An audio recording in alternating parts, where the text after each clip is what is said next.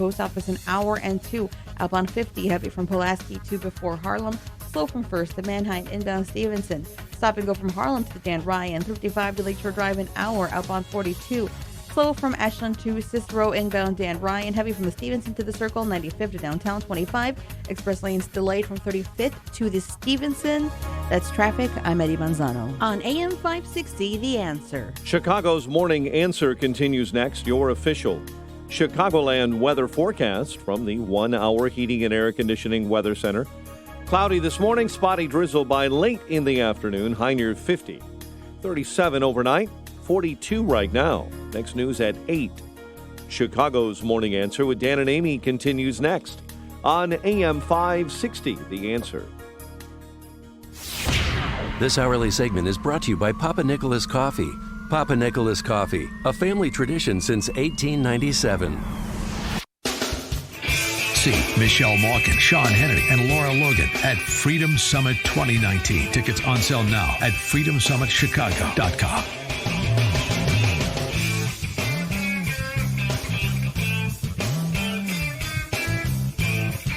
Good morning, Dan and Amy. I just have to go back to this for a minute because Chuck Todd shouldn't be able to get away with this, and I haven't seen anybody else point it out. Chuck Todd interviewing NSA Robert O'Brien on Sunday, yesterday, obviously about the raid that led to the killing or led to al-Baghdadi's commission of suicide. Listen to the question that Chuck Todd asks relative to the parties that President Trump thanked in his statement for cooperating with the U.S. and enabling this raid to be successful. The president said that there were a number of folks that helped. He thanked Russia first. He thanked the Kurds last. Should we read into that? No, I don't think you should read into that. I think what the president talked about is that it was a very dangerous mission for our troops, and the president made a courageous decision to send them far into enemy territory at night, a long-range helicopter raid. It was a courageous decision of the president, but it was incredible bravery and skill of our men and women in the armed forces and the intelligence community that executed the mission flawlessly. But they had to fly over areas where there's significant anti-aircraft capability, the Syrians, the Russians, the Turks, others. So I think we appreciated the fact that our helicopters and our planes weren't molested. The Kurds played an important role in the operation, and we're grateful for the Kurds and for the SDF and our allies there. And that wasn't enough. He tried it again. He did it again. He tried to force his Russian conspiracy into the conversation, and NSA O'Brien, in a dignified manner, swatted it back a second time. Let me just make it very clear. Russia is not an ally of the United States. The president doesn't believe that. I don't believe that. I don't think there's first country he thanked today. Look, there are times when our interest overlaps with the interest of Russia. Last night it overlapped. We didn't want Russian air defense missiles being shot at our men and women who were executing this raid. And so last night, and they don't like ISIS, as the president pointed out. Last night, our interest overlapped with Russia. When our interest overlapped with Russia, there's no reason we shouldn't work with them. Russia is not an ally of the United States, and look, Russia presents a great danger to the United States, and something we keep an eye on every single day. And when Chuck Todd interjected, first country he mentioned, the second time, well, what's that phrase that Bobby O'Rourke likes to use? Oh, yeah. He had a Shiite-eating smirk on his face, did Chuck Todd, the conspiracy theorist, amateur conspiracy theorist who hosts Meet the Press. No, you said he's similar to Alex Jones, but on the left, which he is. What's the difference other than tone and mannerism? The Mueller investigation report is irrelevant to Chuck Todd. The substantive actions that the president has taken, the administration has taken with respect to sanctions against Russia is irrelevant. Some of Trump's, I would say, unfortunate rhetoric in the direction of Putin, as well as many other despots, Little Rocket Man, off and on again, as well as President Xi. Yeah, I get it. He doesn't approach despots the way that everybody would like him to rhetorically. But substantively, and you're still trying to implicitly insinuate this Russian conspiracy theory into a conversation about this successful raid that took out the ISIS's terrorist in chief. It's shameful. Chuck Todd is shameful. Honestly, I don't know why anybody I don't know how he got that job. who considers themselves credible goes on that show. For more on this topic, the general topic of the region, including the opportunity Benny Gantz now has to form a government in Israel after Bibi Netanyahu was unable to. We're pleased to be joined again by Robert Cherry, who's a professor of economics at Brooklyn College. Professor Cherry, thanks for joining us. Appreciate it. Well, thanks for having me, and it was an interesting segue. Well, my thought.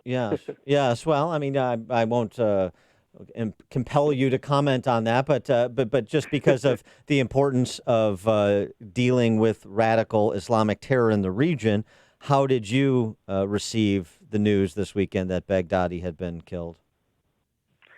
Well, I think it was very uplifting, and also it signaled that to some degree Trump is being strategic about where he's going to invest American lives and resources. He'll invest them in places that are strategic, which I think one of those places is Israel. It's certainly the oil fields and the Saudis, but I also think it's Israel. So that's what struck me about the last 2 weeks is he's not walking away from the region. He's walking away from things that he believes are just a waste of money and sometimes lives. I think that's a pretty good distinction. And you wrote a piece for National Review on Benny Gantz and the prospects of forming a government. Give us your handle on what you think the chances are for Benny Gantz to be the next prime minister. I have no way of knowing. Okay. Well, do it another way. What would it mean if he was? Well, I think there's a good chance in the sense that even if it would be a short-term government where he implicitly would be backed by the Joint List and Lieberman, all they need is a short-term government to get rid of Netanyahu. So, that's my hope that Lieberman will agree that there can be this minority government which has the Joint List and him supportive of it, and it could last 3 months, etc. But Netanyahu would be gone, and then there could be a real discussion of what kind of a unity government could ensue. But I think that's my wishful thinking. And as I wrote in my article, I think the key thing to glean from the last election and the dynamics since is that the Arab community in Israel is much more interested, overwhelmingly, in bettering their improving situation in Israel than issues about what goes on in the West Bank and Gaza. So that's what I took from the election, and that's what I wrote up about in my National Review article. Do you think that Benjamin Netanyahu has overstayed his welcome? Do you see what is his future? Well, there's no question he's overstated. The majority of the Israeli public,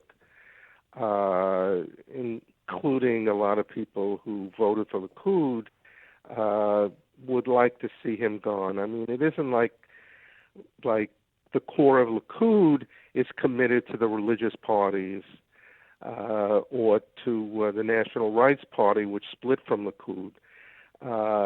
And so they would be enthralled if there was a government between Likud minus Netanyahu and Gantz.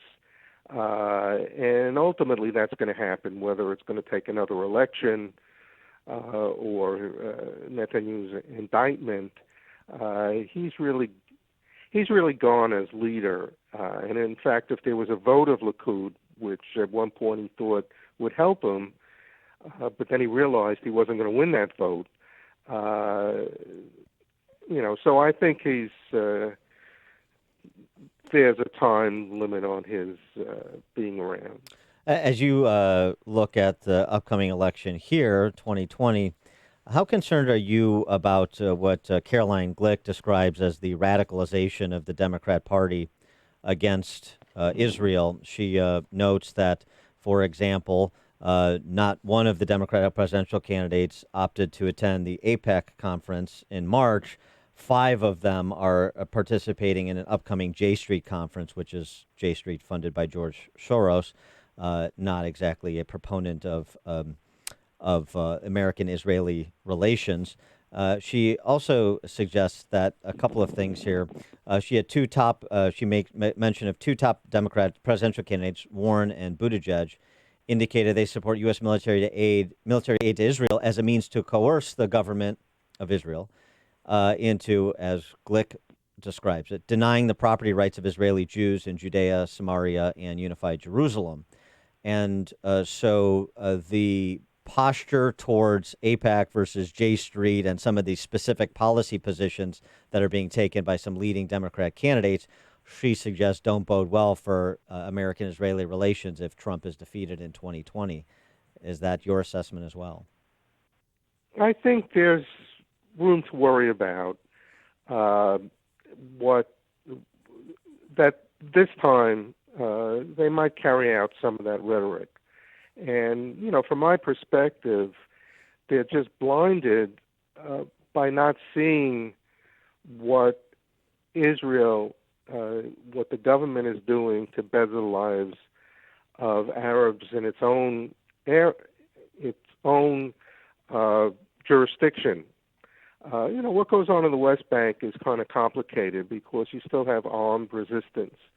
And it's unfortunate, but you get 30 or 40,000 Palestinians in the West Bank and East Jerusalem are killed by Israeli forces each year. Now, some of them are, have guns in their hands, but some of them just have rocks. So that's unfortunate, but it is a military situation. What goes on in Israel proper is how you can judge the Israeli government's attitude towards Arabs, and it's so positive what's happened in the last decade through affirmative action programs. I mean, the Arabs realize it. They're proud to be Israeli citizens in the majority. They want to be in the government. They have high-tech jobs. They, in numbers consistent with their population. They have teaching jobs in Jewish schools. They've really been substantially integrated into Israel, where only 15% of them look at themselves as Palestinian. Half of them think of themselves as Israeli Arabs. So, there's a reality there that the American left is just blinded to because they just have decided that the Palestinians are a victimized population and therefore have to be unequivocally supported. It's pretty depressing because they ignore facts on the ground. So that's my view. He is Professor Robert Cherry. He's an economics professor at Brooklyn College. His piece in NRO, Understanding the Momentous Decision of Israel's Arab Joint List, I'll tweet out for your perusal as well. Professor Cherry, thanks for joining us again. Appreciate it. Well, thanks for having me, and take care. You too. And he joined us on our turnkey.pro answer line.